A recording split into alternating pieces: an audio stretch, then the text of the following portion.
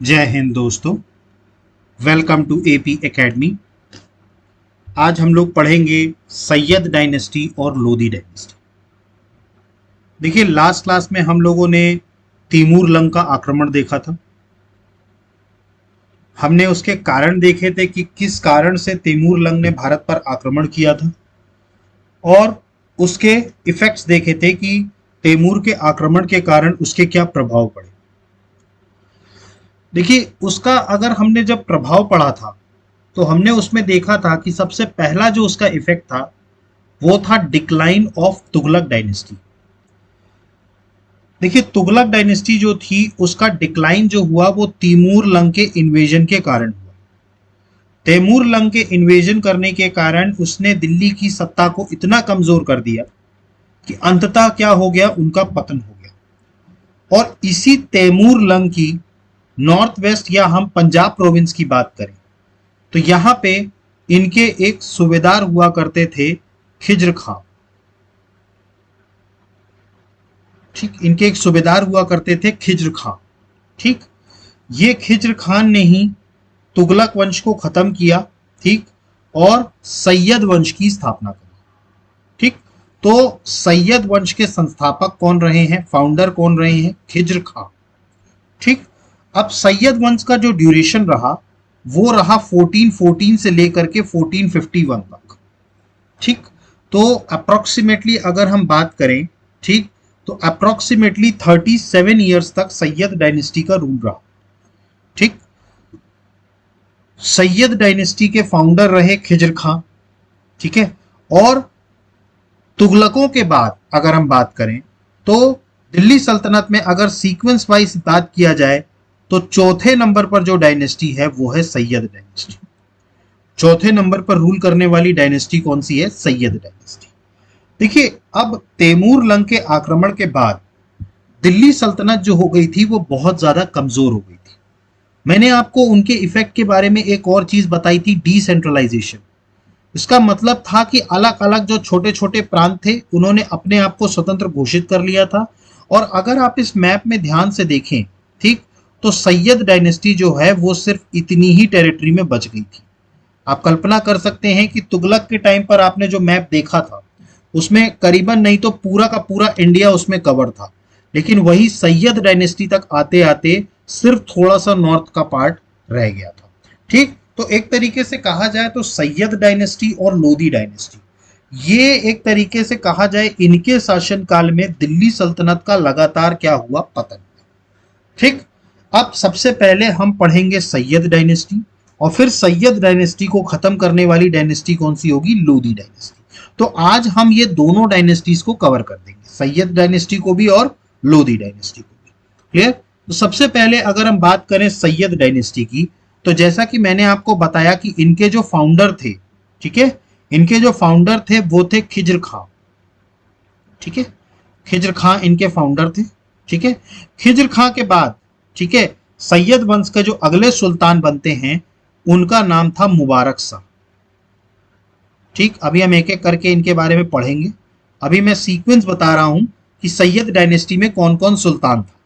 तो सबसे पहले थे खिज्र खां। खिज्र खां के बाद बने मुबारक शाह। ठीक, और मुबारक शाह के बाद अगले जो सुल्तान बनते हैं वो बनते हैं मोहम्मद शाह। ठीक, अगले जो सुल्तान बनते हैं वो कौन बनते हैं, मोहम्मद शाह। ठीक, और मोहम्मद शाह के बाद जो आखिरी सुल्तान बनते हैं, ठीक है, वो बनते हैं अलाउद्दीन आलम शाह। ये आपको याद रखना है। सैयद डायनेस्टी के आखिरी रूलर कौन थे या आखिरी सुल्तान कौन थे, अलाउद्दीन आलम शाह। ठीक, तो ये चार रूलर्स रहे हैं सैयद डायनेस्टी में, चार सुल्तान। देखिए, सैयद डायनेस्टी का पीरियड कोई बहुत बड़ा पीरियड नहीं था। ठीक है, और इनके शासनकाल में कोई बहुत ही महत्वपूर्ण कार्य नहीं हुए। ठीक है, जैसे हमने स्लेव डायनेस्टी या गुलाम वंश में देखा तो हमने कई सारे महत्वपूर्ण कार्य देखे।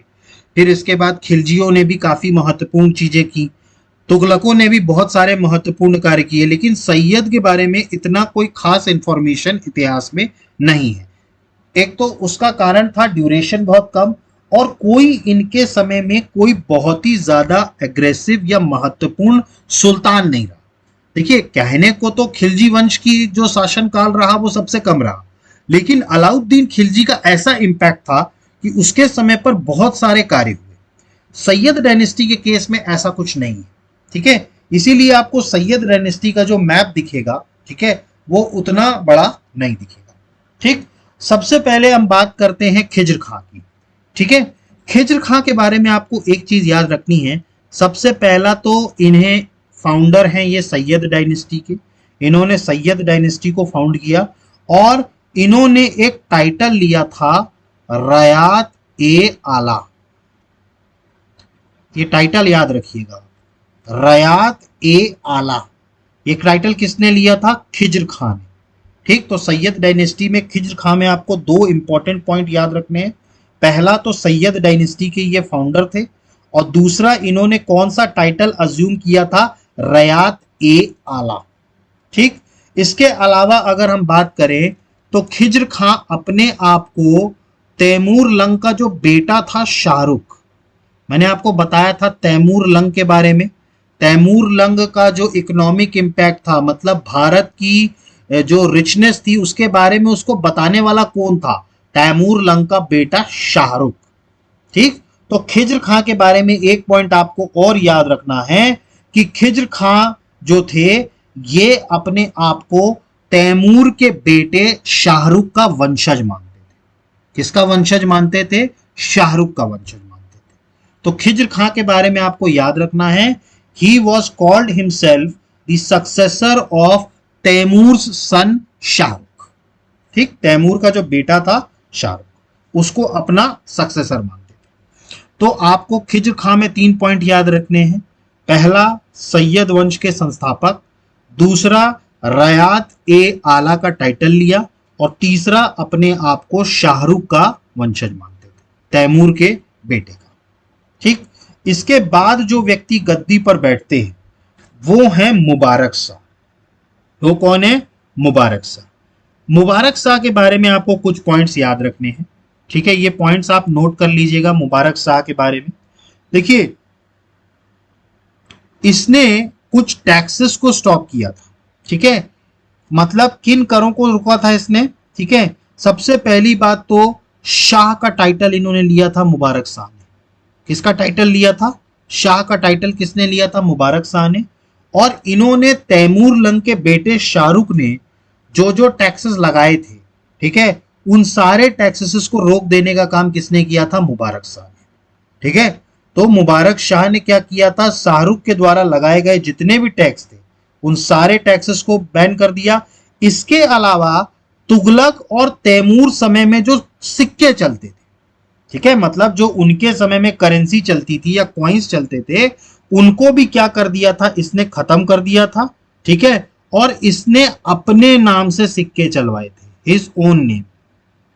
मुबारक शाह के बारे में आपको याद रखना है कि इन्होंने अपने नाम से सिक्के चलवाए थे। इन्होंने तुगलक वंश के सिक्के, देखिए इनके जो पिताजी थे खिज्र खां, उन्होंने तो तुगलक और तैमूर के ही सिक्के चलने दिए, लेकिन इन्होंने क्या किया? मुबारक शाह ने तैमूर के और तुगलकों के सिक्कों को बंद करा दिया और अपने खुद के नाम के सिक्के चलवाए, ठीक है। तो खुद के नाम पे सिक्के चलवाने वाले कौन थे? मुबारक शाह, ठीक है। अब इनके समय में एक किताब कंपोज की गई थी जिसका नाम है तारीके, ये किताब का नाम याद रखिएगा, तारीके मुबारक शाही, ठीक है। ये किताब आपको नाम याद रखना है, तारीके मुबारक शाही। और इसके जो राइटर थे, ठीक, इनका नाम था याहिया बिन अहमद सिरहिंद। ये आपको याद रखना है, तो ये आप नोट कर लीजिएगा, याहिया बिन अहमद सिरहिंदी, ये इन्हीं के कोर्ट में थे, किसके? मुबारक शाह के। और इन्होंने एक किताब कंपोज की थी तारीके मुबारक शाही। तो तारीके मुबारक शाही के राइटर कौन थे? ये याद रखना है आपको, याहिया बिन अहमद सिरहिंदी, ठीक। तो एक तीसरा पॉइंट आपको ये याद रखना है, ठीक। इसके बाद इन्होंने एक शहर बसाया था, ठीक है। इस शहर का नाम आपको याद रखना है मुबारकाबाद, इन्होंने एक शहर बनाया था मुबारकाबाद यमुना नदी के किनारे। ठीक है, ये पॉइंट आपको याद रखना है।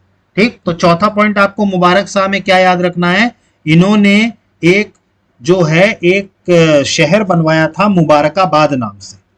ठीक है, ठीक, क्लियर है, ठीक है। और मुबारक शाह के ही एक वजीर थे, आपको ये नाम याद रखना है, मुबारक शाह के ही एक वजीर थे जिनका नाम था सरवर उल मुल्क। सरवर उल मुल्क, ये नाम आपको याद रखना है। ये किसके वजीर थे, मुबारक शाह के वजीर थे।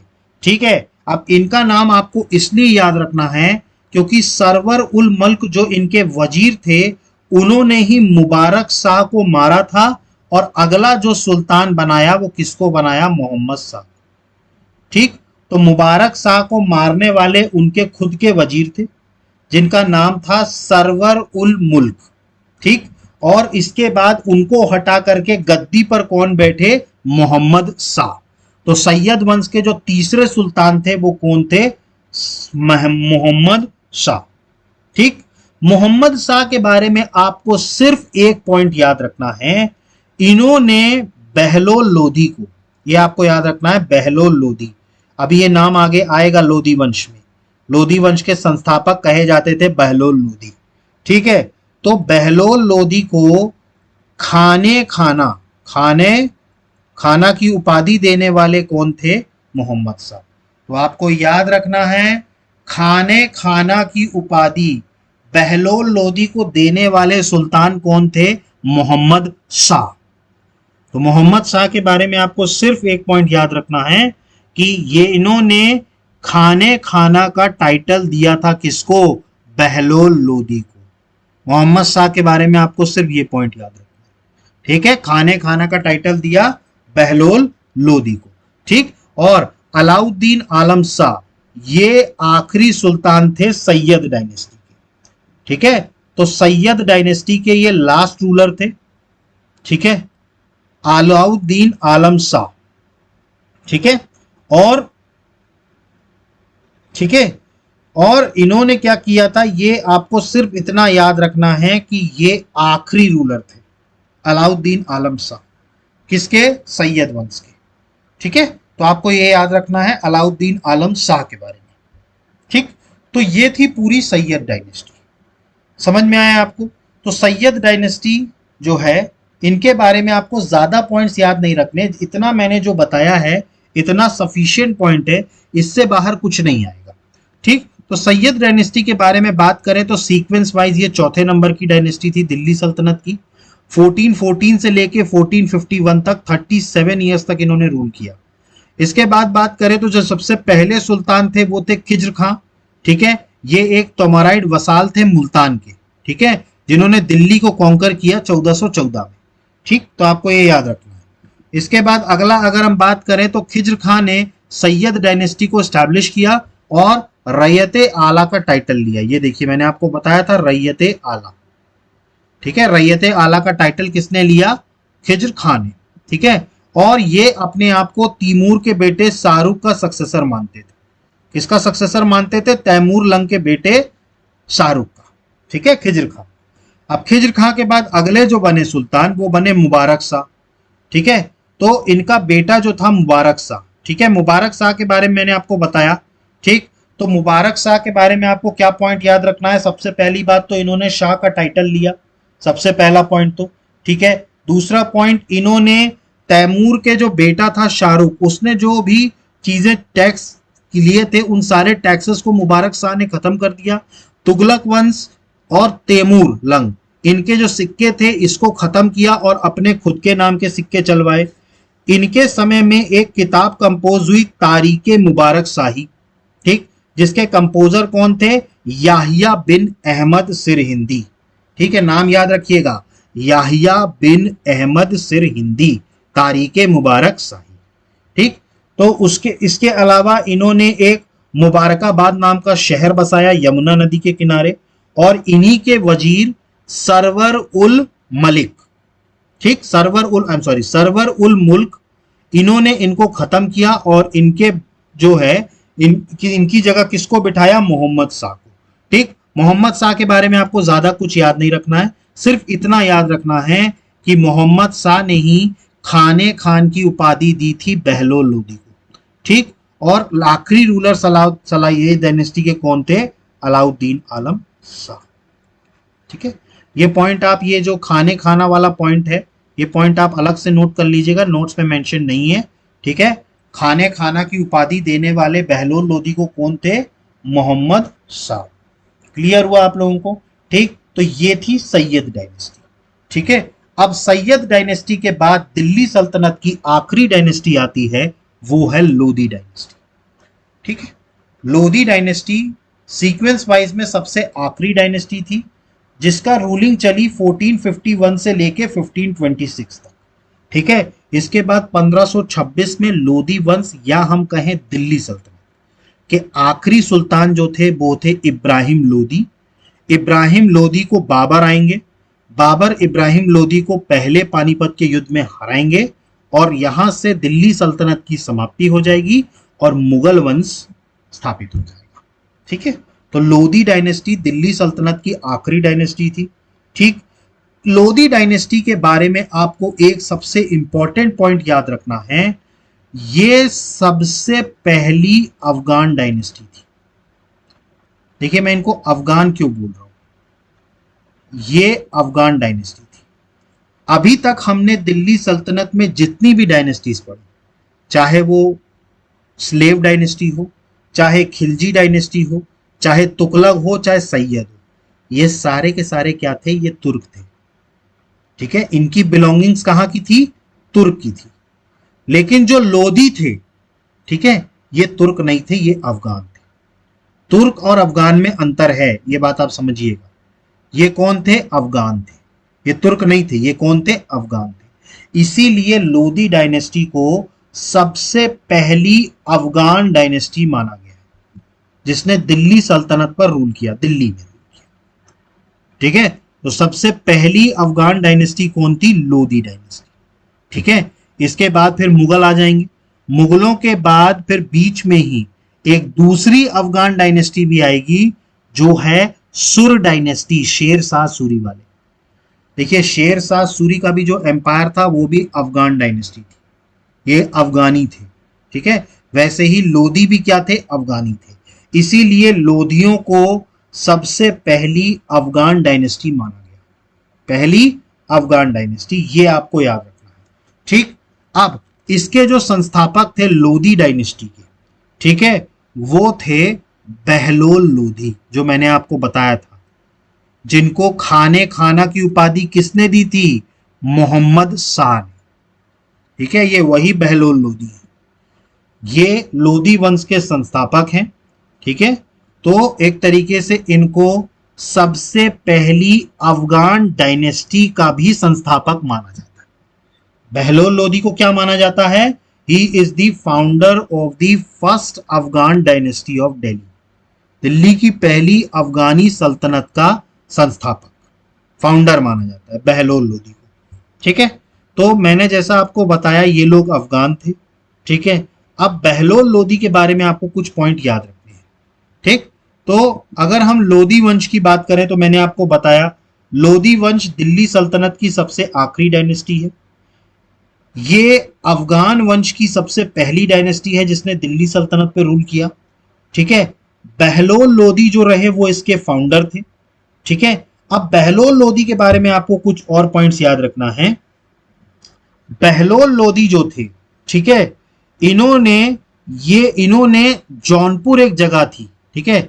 देखिए जौनपुर जो है, आज की डेट में जो जौनपुर है, यहां पर एक डायनेस्टी रूल किया करती थी, शर्की डायनेस्टी। यहां पर एक डायनेस्टी रूल किया करती थी, शर्की डायनेस्टी, ठीक है।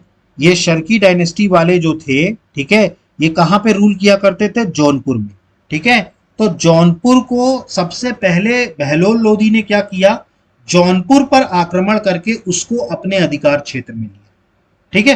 तो जौनपुर को अपने अधिकार क्षेत्र में लेने वाले कौन थे? बहलोल लोदी, ठीक है। और बहलोल लोदी जो हैं वो अपने सरदार जो हुआ करते थे, ठीक है, इनके जो सरदार हुआ करते थे, ठीक है, उनको बोला करते थे मकसूद ए आलम, मकसूद ए अली। ठीक है, मकसूद ए अली, मकसद ए अली।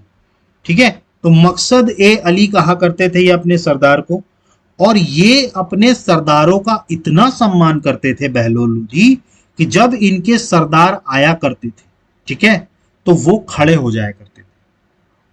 ठीक है, तो इनके जो सरदार हुआ करते थे उनका बड़ा सम्मान करते थे कौन? बहलोल लोधी। ठीक है, तो बहलोल लोधी के बारे में क्या, एक तो सबसे पहली बात इन्होंने जौनपुर पर कैप्चर किया और जौनपुर को दिल्ली सल्तनत में मिलाया। इसके अलावा बहलोल लोधी अपने सरदारों को क्या बोला करते थे? मकसद ए अली। ठीक है, और जब भी कभी इनके सरदार दरबार में आया करते थे तो ये खुद भी क्या होते थे? खड़े हो जाया करते थे। ठीक है, इसके अलावा अगर हम बात करें तो बहलोल लोधी ने अपने एक सिक्के चलाए थे जिनका नाम था बहलोली कॉइन्स। ये आपको याद रखना है, ये कौन से सिक्के थे? बहलोली सिक्के थे। ठीक है, और ये बहलोली सिक्के इवन अकबर के टाइम तक चले, मतलब अकबर के समय तक बहलोली कॉइन्स चले हैं। ठीक है, बाद में फिर अकबर ने अपने सिक्के चलाए थे, इनके बहलोल के कॉइन्स को खत्म किया था। ठीक है, तो बहलोल के कॉइन्स जो बहलोल लोधी ने चलाए थे वो कब तक चले? अकबर के शासन। ठीक, इसके बाद अगर आप बात करें तो बहलोल लोधी का जो आखिरी कैंपेन था ये आपको याद रखना है, ग्वालियर कैंपेन। कौन से कैंपेन में गए थे? ग्वालियर कैंपेन में। अब आपको उस टाइम पर याद रखना है कि इस टाइम पर ग्वालियर में जो शासन था वो तोमरों का शासन था। तोमर डायनेस्टी रूल कर रही थी। ठीक है, और तोमर डायनेस्टी के ही एक राजा थे मान सिंह तोमर। कौन थे? मान सिंह तोमर। ये आपको नाम याद रखना है। तो उस टाइम पर ग्वालियर पर जब आक्रमण किया बहलोल लोधी ने, तो उस टाइम पर ग्वालियर वंश के शासक कौन थे? मान सिंह तोमर। ठीक है, और मान सिंह तोमर जो हैं, ठीक है, उन्होंने तकरीबन कुछ पैसे जो हैं वो बहलोल लोधी को दिए थे।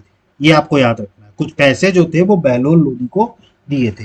तो आखिरी जो कैंपेन था बहलोल लोधी का, ठीक है, वो कब से कौन सा था? ग्वालियर कैंपेन था। ठीक है, और इस टाइम पर ग्वालियर के जो राजा थे वो थे मान सिंह तोमर। ठीक, तो ये था बहलोल लोधी के बारे में। तो आपको याद रखना है लोधी डायनेस्टी जो है इनका रूलिंग रही 1451 से 1526 तक। इसके बाद बात करें तो ये सबसे फिफ्थ और फाइनल डायनेस्टी थी दिल्ली सल्तनत की। ठीक है, जिसके फाउंडर कौन थे? बहलूल खान लोधी। ठीक है, जिन्होंने किसको रिप्लेस किया था? सैयद डायनेस्टी। इसके बाद बात करें तो बहलोल जो थे वो फाउंडर थे पहली अफगान डायनेस्टी के, दिल्ली में, मैंने आपको बताया। इसके अलावा अगर हम बहलोल लोधी की बात करें तो इनका जो टेन्योर था वो था 1451 से लेकर के 1489 तक। और बहलोल लोधी के बारे में आपको एक और बहुत इंपॉर्टेंट पॉइंट याद रखना है, पूरी दिल्ली सल्तनत में जितने भी सुल्तान हुए हैं उनमें सबसे लंबा टेन्योर बहलोल लोधी का था, लॉन्गेस्ट टेन्योर। ये आपको बहुत इंपॉर्टेंट पॉइंट याद रखना है। पूरे दिल्ली सल्तनत में, मैं सिर्फ लोधी डायनेस्टी की बात नहीं कर रहा हूं, पूरे के पूरे दिल्ली सल्तनत में जो सबसे लंबा शासनकाल था या सबसे लंबा टेन्योर जो था वो था बहलोल लोधी का।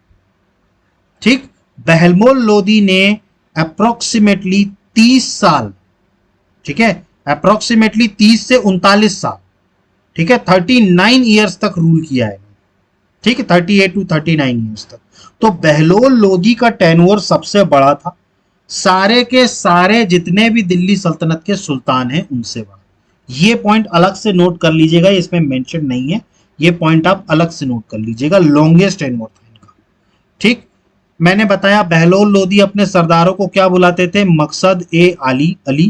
ठीक है, और बहलोल जो है वो खुद अपने सरदारों के सामने खड़े हो जाया करते थे।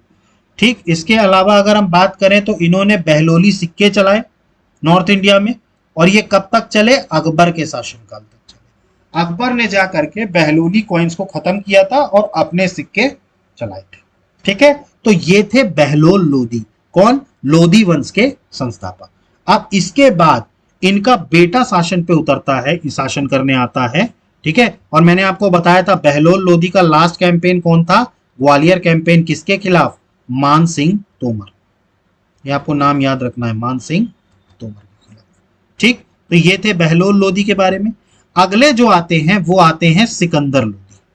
ठीक है, सिकंदर लोधी इनके बेटे थे। ठीक है, इनका जो शासनकाल था वो एक तरीके से कहा जाए तो बड़ा ही, एक तरीके से कहा जाए तो बड़ा क्रूर शासक था। मतलब जैसे पहले के सुल्तान हुआ करते थे जिनकी हिंदुओं के प्रति जो भावना थी वो बहुत ज्यादा घृणक थी, वैसे ही सिकंदर लोधी का भी शासनकाल वैसा ही था। सिकंदर लोधी के बारे में आपको याद रखना है, इनका बचपन का नाम निजाम खान था। ठीक है, और ये सिकंदर लोधी, ये बहुत इंपॉर्टेंट पॉइंट है, आज का जो आगरा शहर है, ठीक है, उसके फाउंडर रहे हैं सिकंदर शाह लोधी। तो आज का जो आगरा शहर है उसके फाउंडर कौन रहे हैं, सिकंदर शाह लोधी। 1504 में इन्होंने फाइंड आउट किया था। अब जैसा कि मैंने आपको बताया था कि रिलीजियसली ये इतना इंटॉलरेंट था कि इसने एक बार तो ज्वालामुखी टेम्पल जो था उसकी मूर्तियों को तोड़ा। ठीक है, और उस मूर्तियों के जो टूट था, मतलब जो उसके टूटे हुए अवशेष थे, उससे वजन करने के लिए, मीट को वजन करने के लिए दिया गया। मतलब आप कल्पना कर सकते हैं कि सिकंदर लोधी इस हद तक रिलीजियस इंटॉलरेंट था कि उसने मूर्तियां तोड़वा के उसका वेट बना दिया और उससे मीट तुलवाया जाता था तराजू में। एक तरफ मतलब वो टुकड़ा रखा जाता था ज्वालामुखी टेम्पल में जो मूर्ति तोड़ी गई थी उसका, और दूसरी तरफ मीट रखा जाता था। ठीक, तो रिलीजियसली बहुत ज्यादा ये इंटॉलरेंट था। और कहीं ना कहीं लोधी वंश के या दिल्ली सल्तनत के पतन का कारण सिकंदर लोधी का जरूरत से ज्यादा रिलीजियस इंटॉलरेंस भी था। इसीलिए जब बाबर आक्रमण करने आया तो किसी भी हिंदू राजा ने इब्राहिम लोधी का साथ नहीं दिया, क्योंकि इनके पिताजी सिकंदर लोधी के ऐसे कर्म थे कि लोग इनसे नफरत करने लगे थे। ठीक है, तो बाबर चूंकि बाहरी था, वो आके इब्राहिम लोधी को मार रहा था, लेकिन हिंदू राजा सब शांत थे।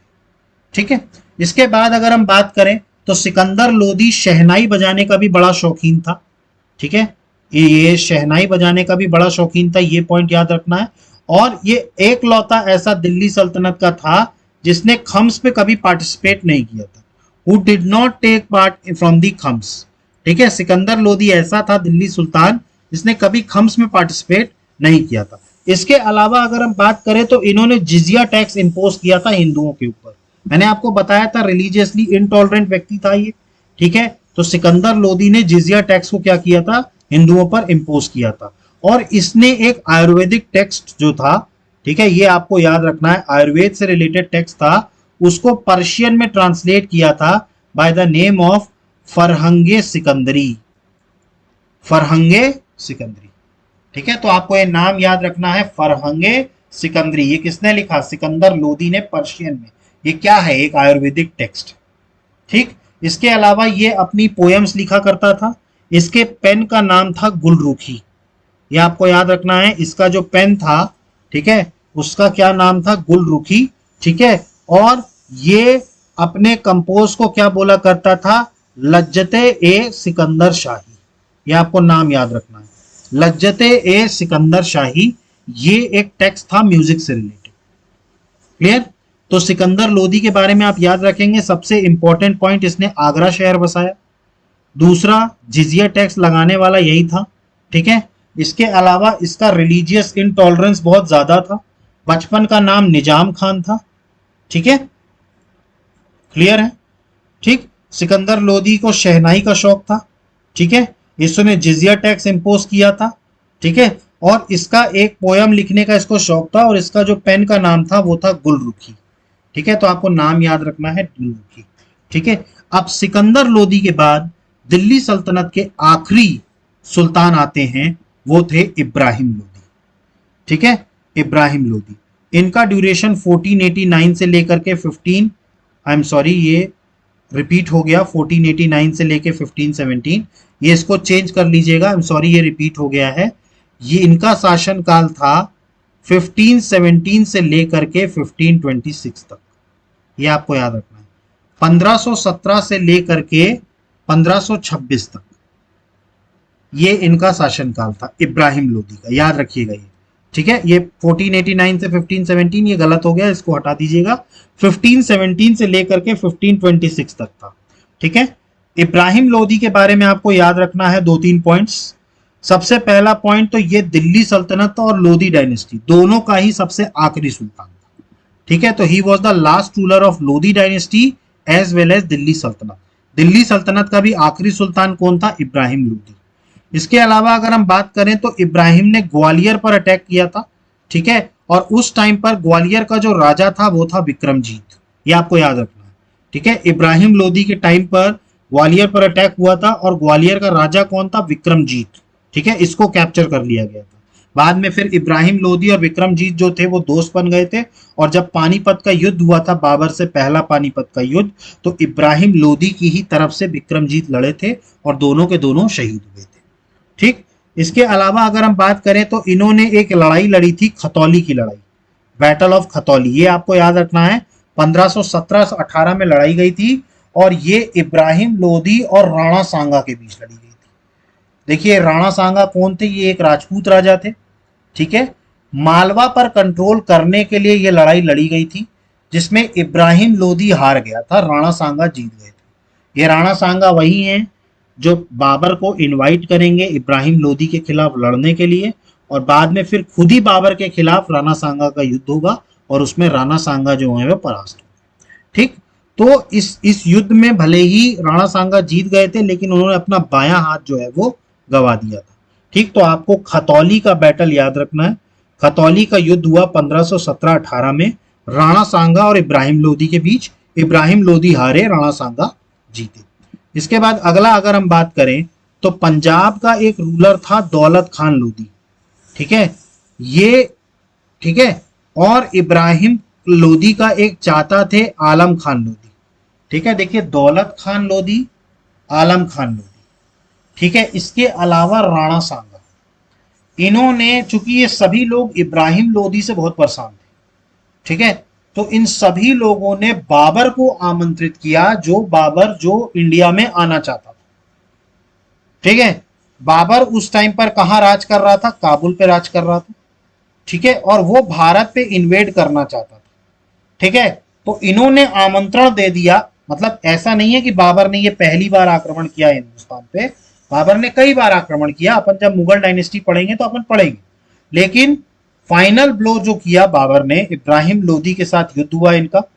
किसने किसने बुलाया? दौलत खान लोदी, इब्राहिम के चाचा आलम खान लोदी ने, और राणा सांगा ने। इसी के तहत पहला पानीपत का युद्ध हुआ 21 अप्रैल 1526 को। ये डेट याद रखिएगा, 21 अप्रैल 1526 is the first battle of Panipat. इसमें इब्राहिम लोदी एक तरफ थे और दूसरी तरफ बाबर की सेना थी, और यहां पर इस युद्ध में बाबर की सेना जो है वो विजयी हुई। इब्राहिम लोदी जो था, लड़ते लड़ते रणभूमि में मारा गया। मतलब पानीपत के मैदान में ही लड़ते लड़ते क्या हो गया? इब्राहिम लोदी मारा गया। और इससे ये कहा गया, इब्राहिम लोदी एक लौता ऐसा दिल्ली सल्तनत का सुल्तान रहा है जिसकी मृत्यु बैटलफील्ड में हुई है। रणक्षेत्र में मरने वाला सबसे पहला सुल्तान पूरी दिल्ली सल्तनत का, और एक लौता सुल्तान कौन था? इब्राहिम लोदी। तो Ibrahim Lodi was the only sultan of the Delhi Saltanat who died in the battlefield. ठीक है, तो युद्ध के मैदान में मरने वाला सबसे पहला और एक लौता सुल्तान, ओनली सुल्तान, जिसकी बैटलफील्ड में डेथ। ठीक, और इस तरीके से इब्राहिम लोदी खत्म हुए और इसी तरीके से दिल्ली सल्तनत का खात्मा हो गया। क्लियर हुआ आप लोगों को? ठीक, तो यहां पर आकर के हमारी दिल्ली सल्तनत खत्म होती है।